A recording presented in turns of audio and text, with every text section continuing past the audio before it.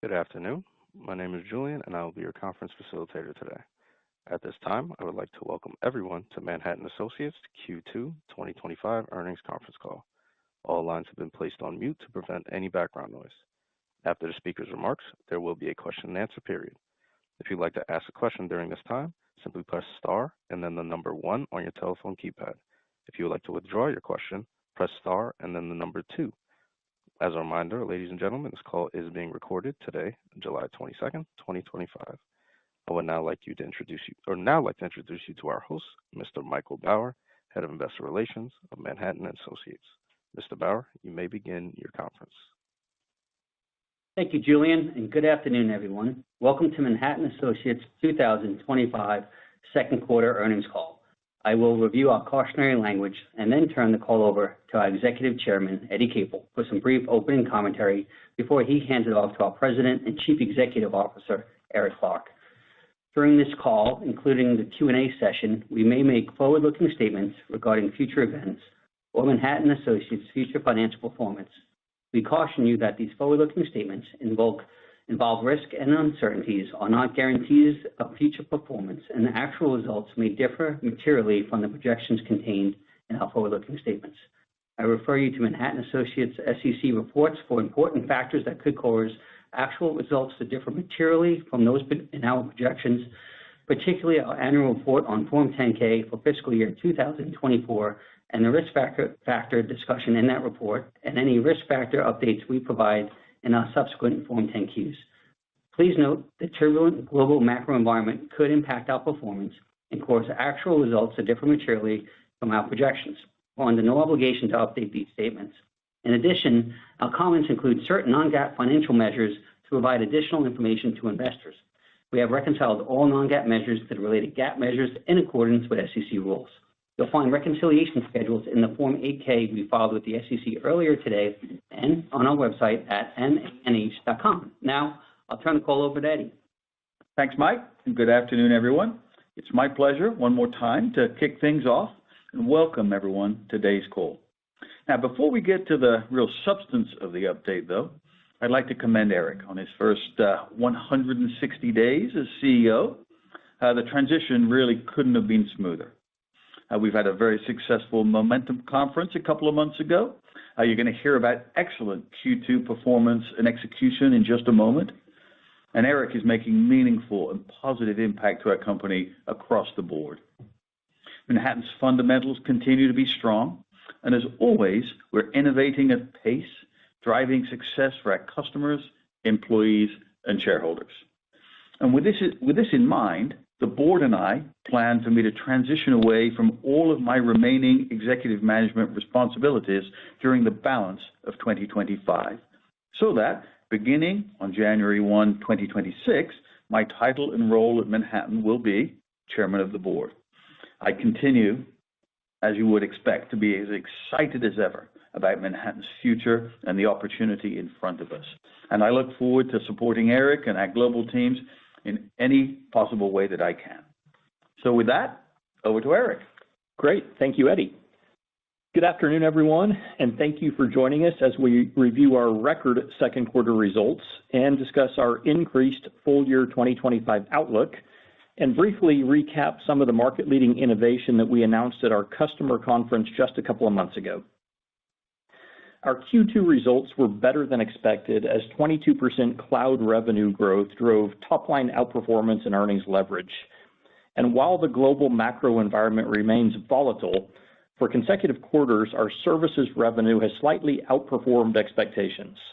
This execution is encouraging, however, given the inherent flexibility of time and materials contracts, coupled with the ongoing tariff and general market uncertainty, we remain cautious on our services revenue growth.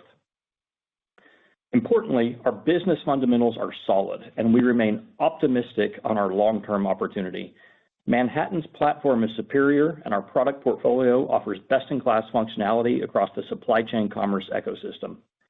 This is driving solid pipeline and providing our sales team with numerous opportunities to drive growth. Those opportunities include adding new customers, cross-selling our growing unified product portfolio, and converting our on-premise customers to the cloud.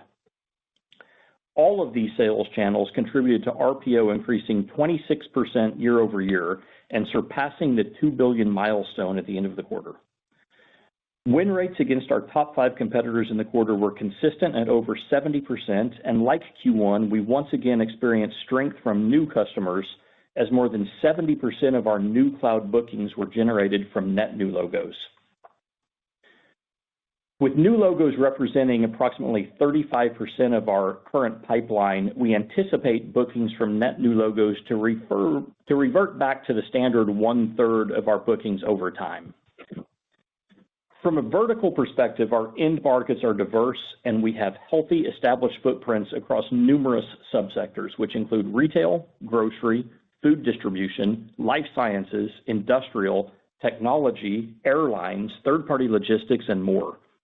For example, Q2 deals included a global logistics and supply chain company that became a new logo with MAWM and MAO, a grocery wholesaler that became a new logo with MAWM, a global producer, wholesaler, and retailer of luxury goods that converted from on-prem to MAWM, a global beverage and snack provider that became a new logo with MAO, a global automated warehouse services company that became a new logo with MAWM and MATM, and finally, a regional healthcare system that became a new logo with Manhattan Active Supply Chain Planning and Manhattan Active Scale, as well as a number of others that we closed during the quarter.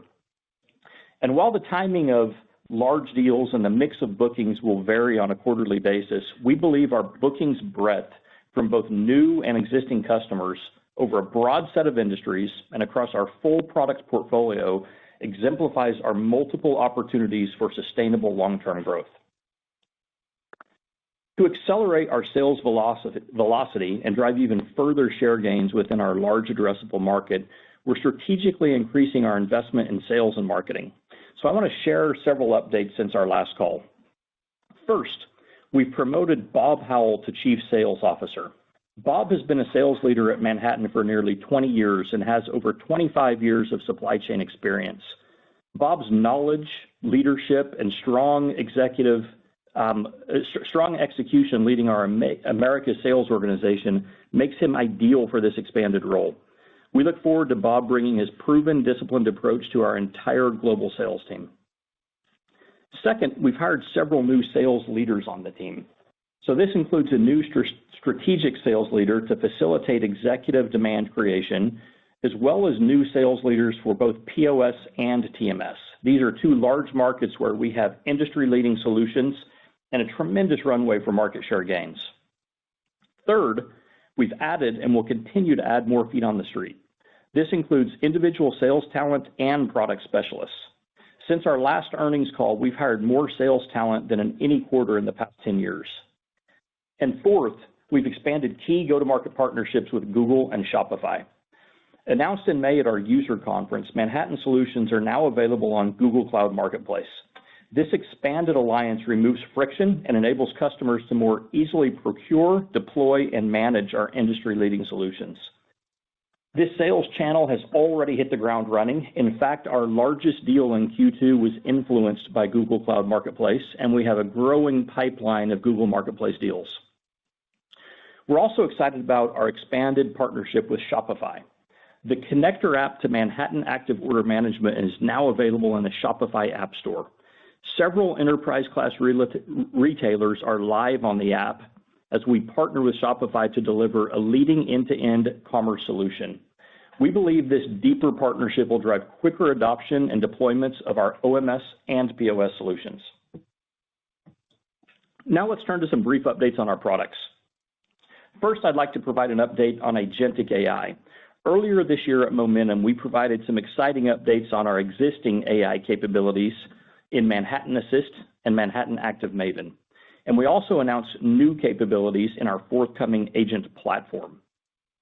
So starting with Manhattan Assist, we've now serviced hundreds of thousands of inquiries from customers across the globe spanning all Manhattan Active Platform applications. For multiple quarters, customers have been receiving high-quality responses to questions regarding application capabilities. More importantly, Manhattan Assist is providing detailed guidance on how to best configure applications like warehouse, transportation, and order management to drive optimal business outcomes. More recently, we've added the ability for customers to upload their own operational documentation and for Manhattan Assist to provide answers which reflect each customer's operational preferences. Customers are uploading content including training documents, process flows, and annotated screenshots. Armed with this additional information, Assist now enables associates to ask questions about customer-specific distribution centers or store operations. We believe this set of new capabilities expands the user pool for Assist and commensurately expands the value it creates across our customers each day. But we didn't stop there. At Momentum, we also announced our next big step forward with agentic AI. Starting this fall, each Manhattan Active Platform application will include purpose-built agents for each app's respective roles and personas. These agents will intelligently automate and optimize processes, allowing associates to be faster and far more effective.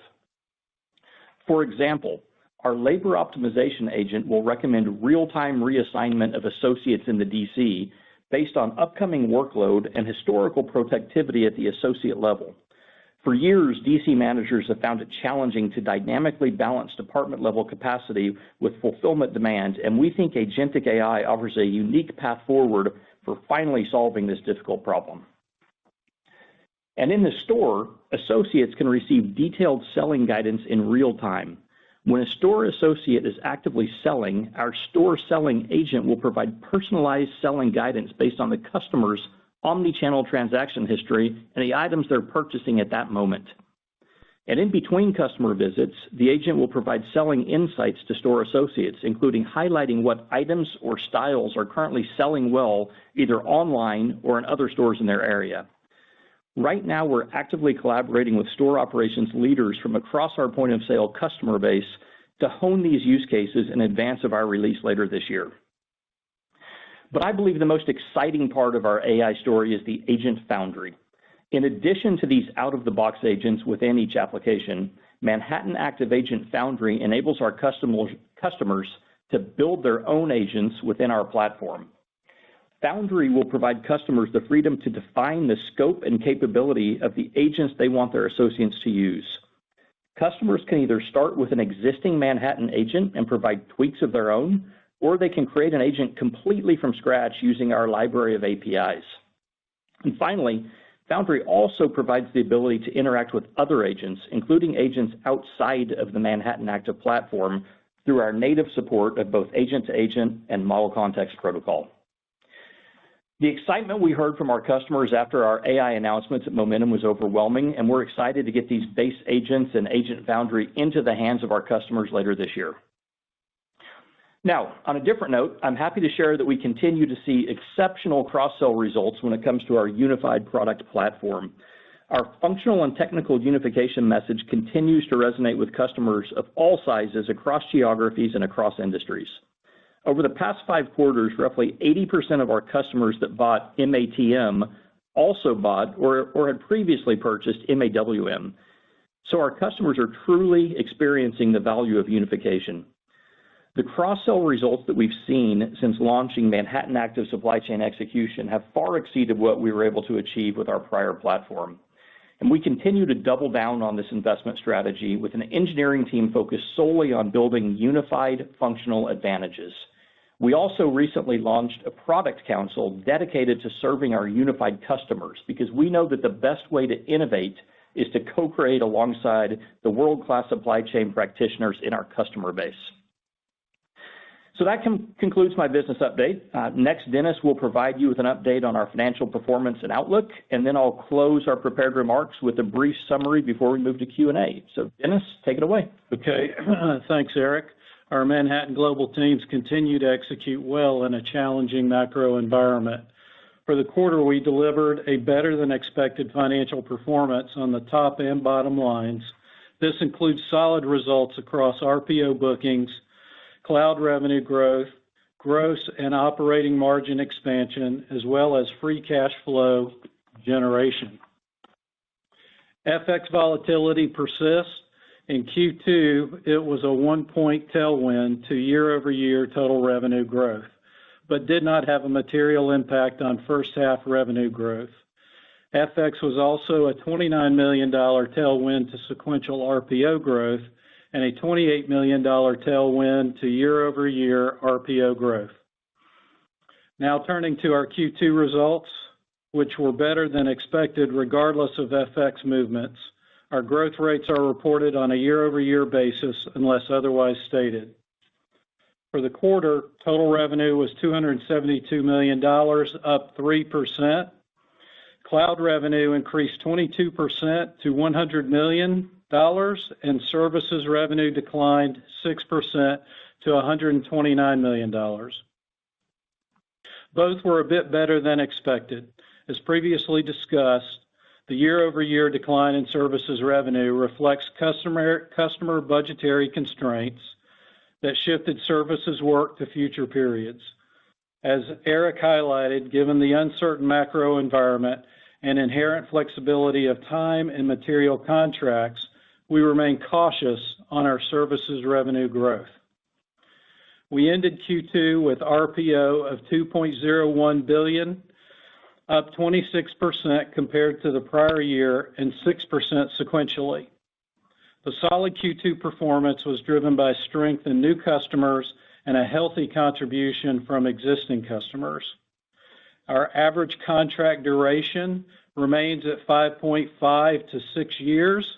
Like Q1, some customers are electing longer ramp timelines.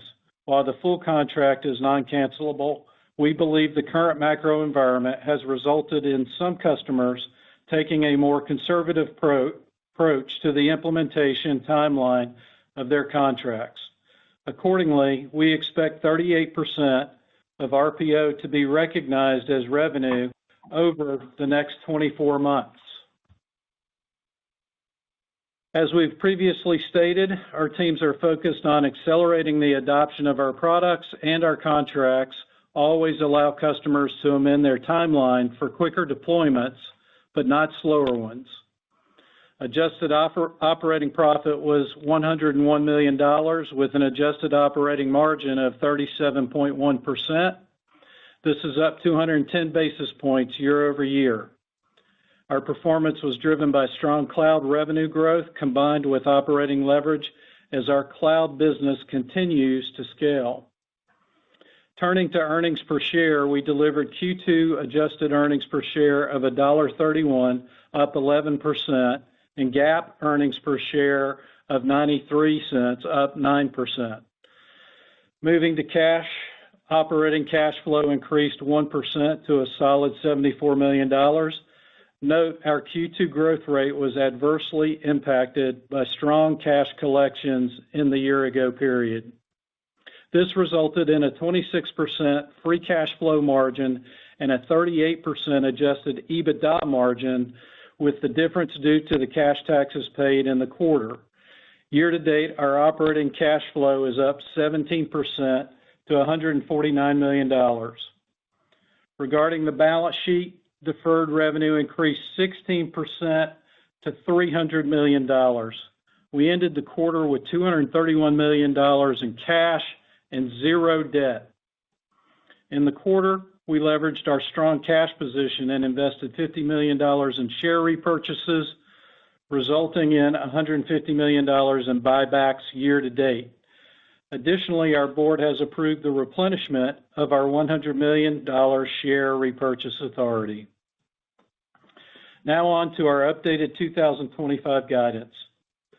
Our long-term and long-standing financial objective is to deliver sustainable double-digit top-line growth and top quartile operating margins benchmarked against enterprise software comps.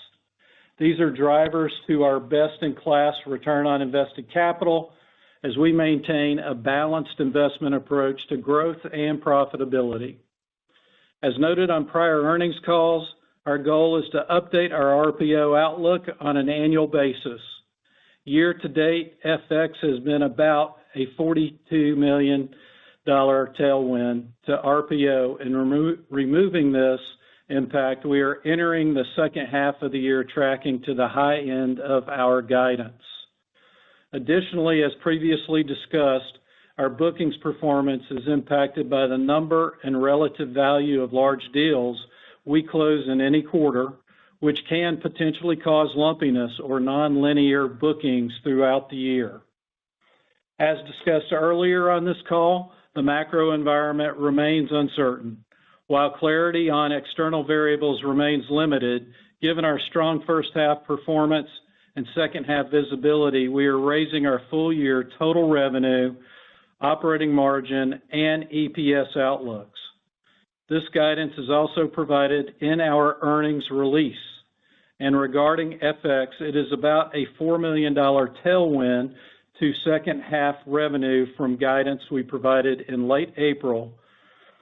With that, for RPO, we continue to target $2.11 billion to $2.15 billion, excluding FX movements. For total revenue, we expect $1.071 billion to $1.075 billion, with a $1.073 billion midpoint comparing favorably to our prior outlook due to our first half outperformance. For Q3, we continue to target total revenue of $270 million to $272 million, accounting for retail peak seasonality. For Q4, we continue to target a midpoint of $267 million. For adjusted operating margin, we are increasing the midpoint to 35% from our prior midpoint of 33.25%. At the midpoint, we are targeting Q3 adjusted operating margin of 35% and accounting for retail peak seasonality about 33.2% in Q4. Our full year adjusted earnings per share at the midpoint is increasing by 21 cents to $4.80, up from our prior midpoint of $4.59, and includes our annual tax rate increasing to 22.5%, up from 21%, which represents an 8-cent headwind to the second half of the year. The increase in our tax rate is related to an increase in tax reserves caused by the acceleration of our domestic R&D cost deductions under the July 4th U.S. tax law change. As such, this change will also lower our cash taxes paid and likely benefit operating cash flow by approximately $30 million in 2025. On a quarterly basis, we are targeting a Q3 tax rate of 25% and an earnings per share of $1.17, and accounting for retail peak seasonality and a tax rate of 22.5%, $1.13 in Q4. For GAAP EPS, our range is increasing to $3.23 to $3.31. For Q3, we are targeting GAAP EPS of 77 cents. Here are some additional details on our 2025 outlook. For full year 2025, on our first half outperformance, our cloud revenue midpoint upticks to $408.5 million on a quarterly basis. We continue to assume $104.5 million in Q3 and $109 million in Q4.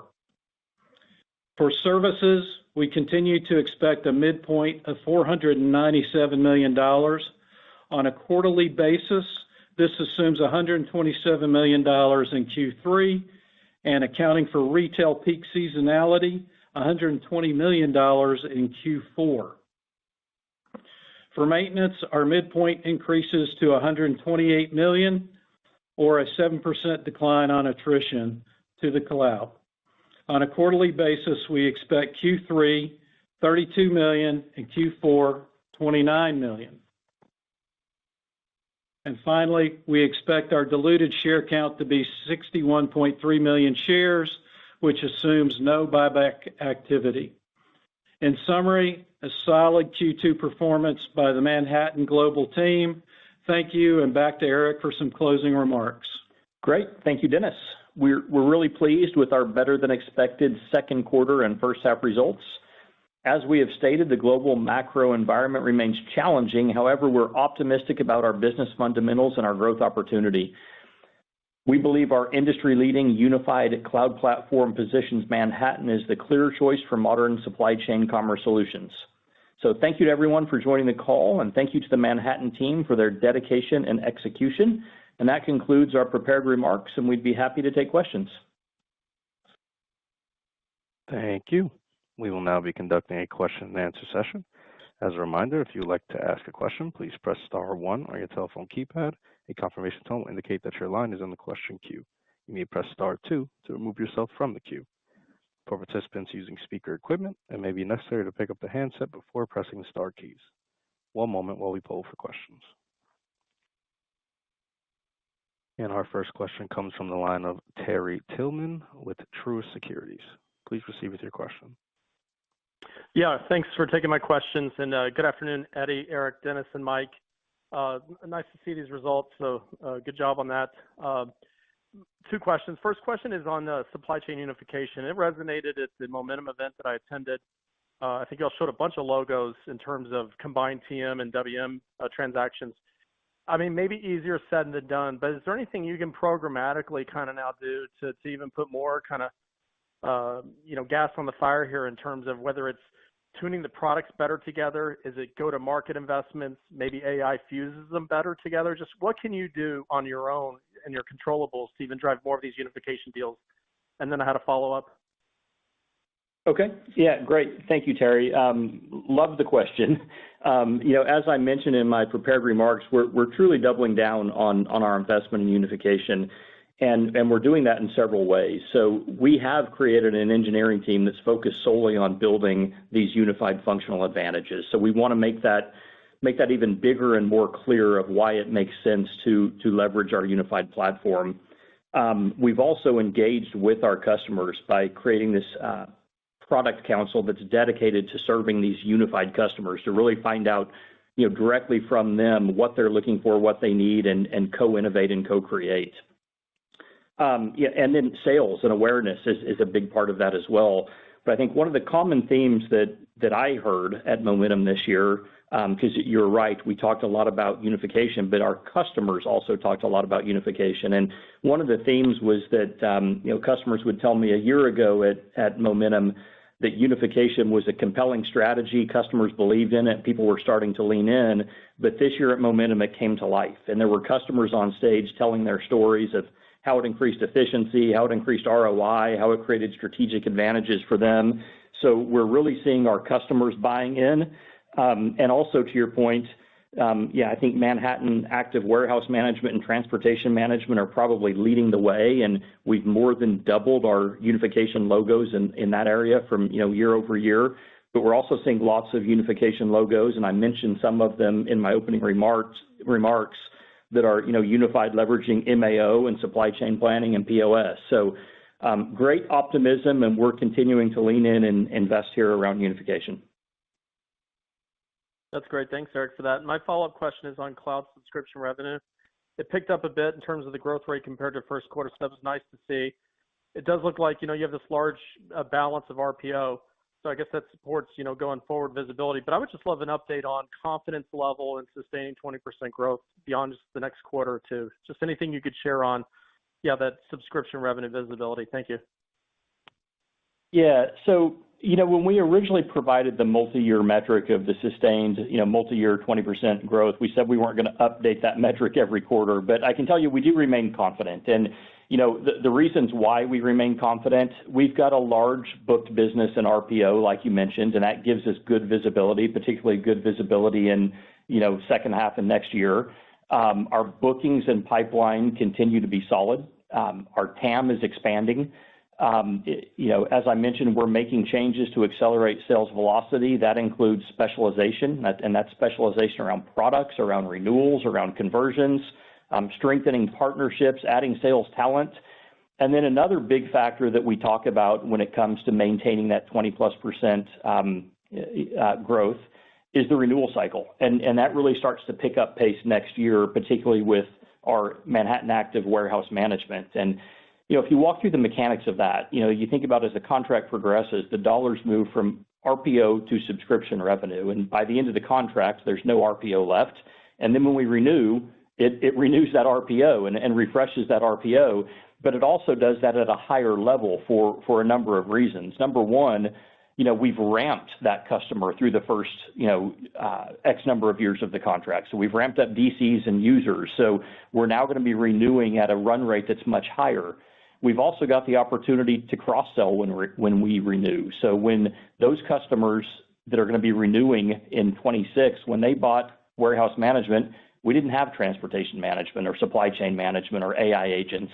So all of those things are opportunities for cross-sell. Of course, there's also the opportunity for price increases in some cases, and all of this will drive higher RPO and higher subscription revenue. So, and then add to that the fact that, as we've mentioned in previous calls, we do have customers that are maybe taking a conservative view of their deployment cycles and are rolling out a little bit slower. We are actively working with those customers to find opportunities for them to move faster. And as they move faster, that grows our subscription revenue faster as well. So we think we've got lots of levers to pull to be proactive and work with our customers to drive this and continue the success. That's great. Thanks.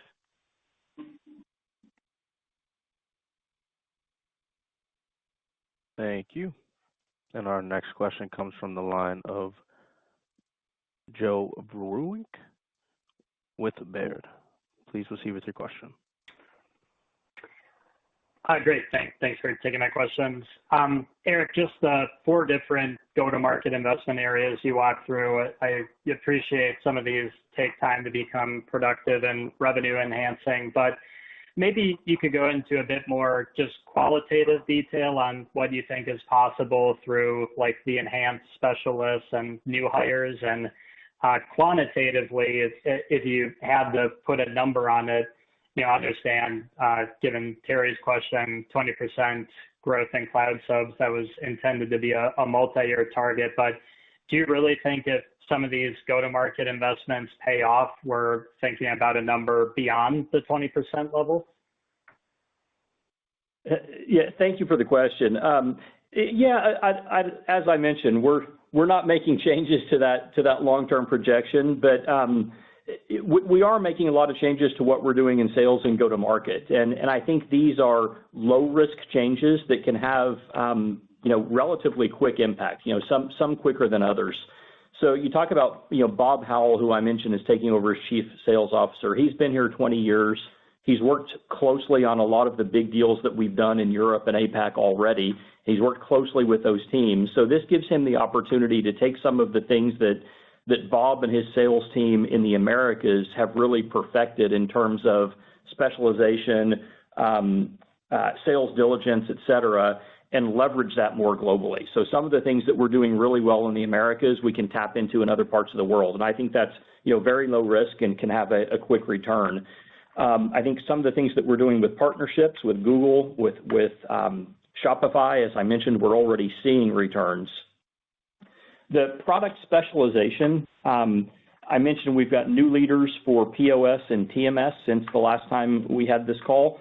Those guys are coming up to speed quickly. Obviously, they've been in this market. They know the business. They know Manhattan more as a competitor. Now they're learning us as a company that they're working for.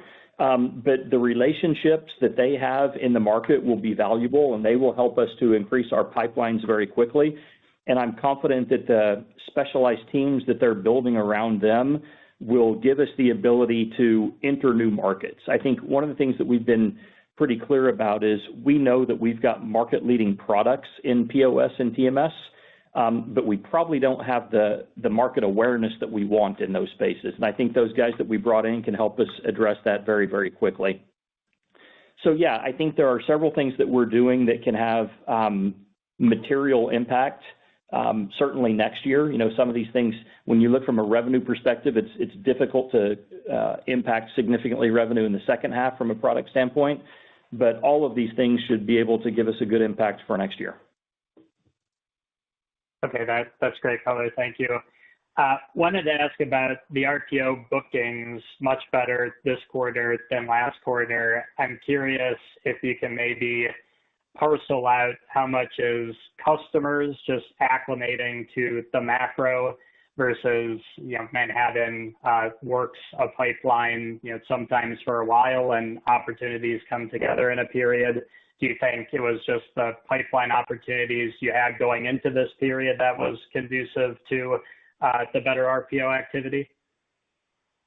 Well, I think a big part of it was, just very solid execution by our sales team. But from a macro point of view, I think some of the uncertainty has abated, but I think also customers are adapting to moving forward with some uncertainty. And, just like we are doing, we're managing through the uncertainty and controlling what we can. And I think our customers are doing that as well. And the pipeline that we went into Q2 was solid, and we continue to see solid pipeline in the second half.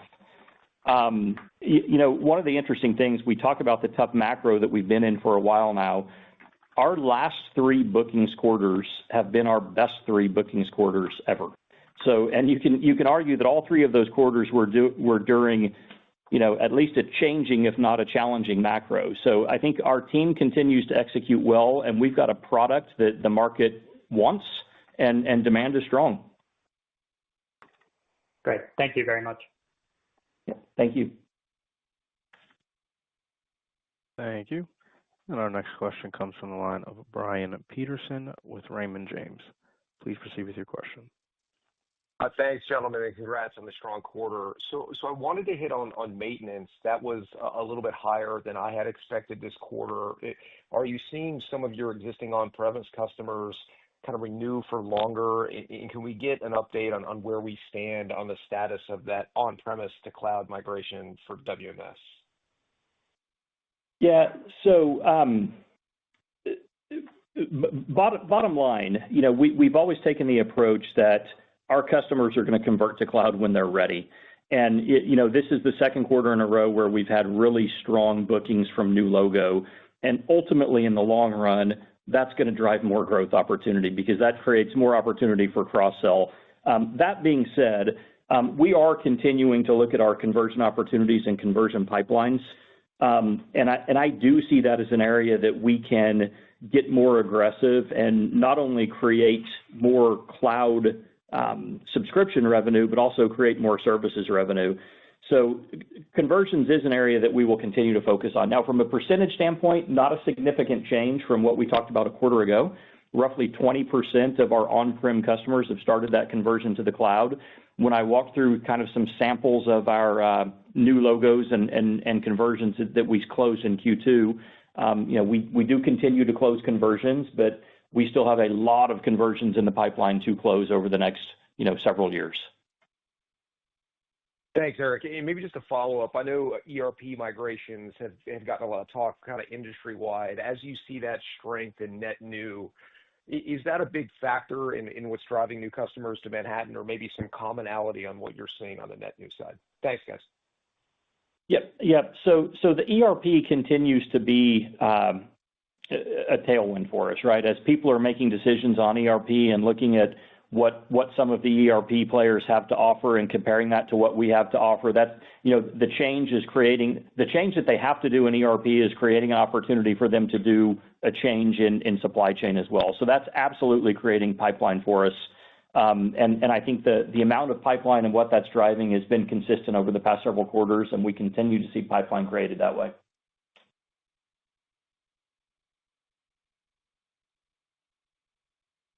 Okay, thank you. Our next question comes from the line of Dylan Becker with William Blair. Please proceed with your question. Hey, gentlemen. Congrats here. Appreciate it. Maybe Eric, sticking on one of those prior topics around the idea of conversion momentum, but also on the new logo side. I wonder if you could contextualize some of the efficiency gains you're seeing around kind of delivery and implementation, what you can do to make that process easier and faster, and maybe if that is a TAM unlock in and of itself, as it's kind of historically been viewed as a heavy implementation, if that allows you to go maybe more down market into tier 2, and what that TAM unlock could potentially look like. Yeah, great question. And in fact, this is something that we talked about at Momentum as well. Our team is having success of, leveraging automation and AI to reduce implementation timelines, to reduce the number of extensions required, to reduce the number of hours to create an extension. So there's example after example of where we're reducing timelines and reducing cost and deployment. So that absolutely makes our TAM bigger. And that's one of the things that one of the messages that we're taking to market right now as well. As we can reduce the speed or increase the speed and reduce the complexity, it increases our TAM, and it also can be another way to encourage customers to do those migrations and convert from on-prem to the cloud. So those are messages that we're taking to market right now, and I think they're being received very well. Sure, thank you. And by the way, at Momentum, our customers were also happy to hear that with that speed and reducing complexity, it gets them to their ROI faster, which is a very important message for them. Very much so. Yeah, perfect. Okay, thank you. And then we've talked about kind of the pace and productivity, kind of the expectations on sales hiring and where you think about kind of segmenting that out. But if we were to kind of step back and contemplate the renewal cycle in fiscal 26, kind of having come on board now 150, 160 days, could you maybe draw any parallels in your prior experiences of how you're kind of positioning and viewing navigating that renewal opportunity and what that can kind of contextualize from a potential upsell, obviously unification, cross-selling dynamic as well? Thank you. Yeah, definitely. So, it's not too dissimilar from the cycle that we were on when I joined ServiceNow, when ServiceNow was just over $1 billion, and we were going through significant renewal cycles. And at the same time, we were introducing new products and doing cross-sell and upsell when we did those renewals. So that will be a big focus for us in the second half of this year, and that's a big part of what Bob Howell and his team are going to be putting together, is that global structure that we will use to make sure that we are maximizing the opportunity at renewal, and not just renewing, but driving growth within those customers as well. Great. Thanks, Eric. Appreciate it. Thank you. And our next question comes from the line of George Kurosawa with Citi. Please proceed with your question. Hey, thanks for taking the questions. Maybe as it relates to the macro backdrop, if you could talk about kind of linearity in the quarter, did things improve as the quarter progressed, and any comments on how things are trending so far into July? I wouldn't say there was anything material to note in terms of things improving throughout the quarter or even in July. Typically in our business, Q3 has been seasonally a weaker quarter and Q4 seasonally a stronger quarter. We'll see if that plays out, but in terms of the macro, nothing meaningful. Okay, that's helpful. And then on this 2026, 2027 renewal cycle that you're gearing up for, anything you can help us with in terms of when you're looking at the timelines for when we should expect those to really start to kick in, when you have kind of the big book of business coming back to the table, and how you're thinking about success relative to renewal cycles you've seen in the past?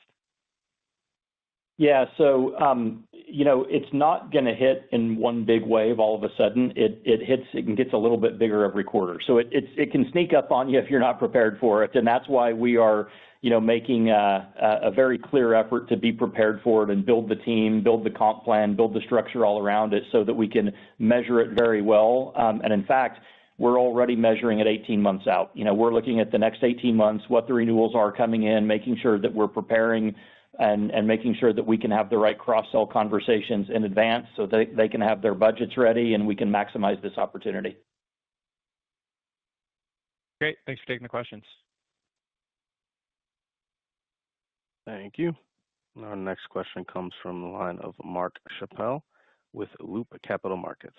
Please proceed with your question. Hi, thank you for taking my question, and nice job on the RPO print. Eric, question for you. Given that things kind of seem to be settling down a little bit since Liberation Day, what's your observation around or sentiment around CIOs moving forward with, say, large WMS or TMS upgrades or expansions? And then also, since Liberation Day, are you seeing any of these initiatives kind of being crowded out by other priorities? Well, I think I think one thing is very clear that Liberation Day was just one more reason for CIOs and boards to recognize that this is mission critical software. And, what we are seeing is, while some of the uncertainty is maybe getting more clear and some of the uncertainty is getting more common, people are figuring out how to work around the uncertainty. We're seeing that the most forward-leaning companies are not holding back on investing in supply chain. They recognize this as a differentiator, and they recognize it as something that they need to look for strategic advantages. So we're not seeing large customers use this as a place to save money. Great, now, thanks. that being said, I'll continue to use the same caution that when it comes to rollout cycles, that's where they have a little bit more flexibility in how quickly they want to spend and how quickly they want to deploy. Great, thank you. And then, I appreciate your earlier comments on the go-to-market investments you're making. On the marketing front or market awareness front, what can we expect on that front for the balance of the year? Yeah, we're in a period of change right now. So I think maybe a quarter from now, we can give you a bigger update on what that's going to look like. But we have an open search for a chief marketing officer, and we've made it clear that we want to invest. We want to change our awareness and presence in the market, and we're taking the steps to make sure that we do that. Thank you. That's all for me. Thank you. And our next question comes from the line of Chris Quintero with Morgan Stanley. Please proceed with your question.